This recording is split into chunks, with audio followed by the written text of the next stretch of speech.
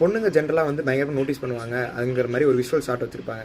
எப்படின்னா அவங்க கெஃபேல உட்காந்துருக்கிறப்போ அனஸ்வரா வந்து இந்த மாதிரி கண்ணை ஒரு விஷுவல் ஷாட் காமிப்பாங்க.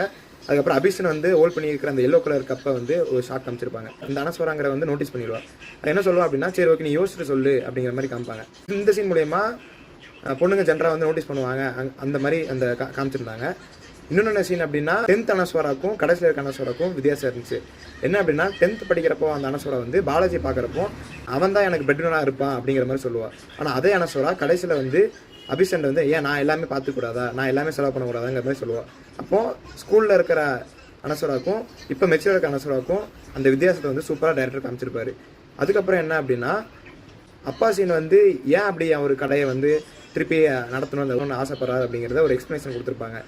அவர் ஏன்னா ஒரு ஒய்ஃபோட ஞாபகத்துக்காண்டி இது இந்த மாதிரி பண்ணணுங்கிற மாதிரி நினைக்கிறாரு. இந்த இடத்துல பசங்களாம் வந்து ஏன் அந்த கேள்வியை கேட்காம விட்டுறோம்.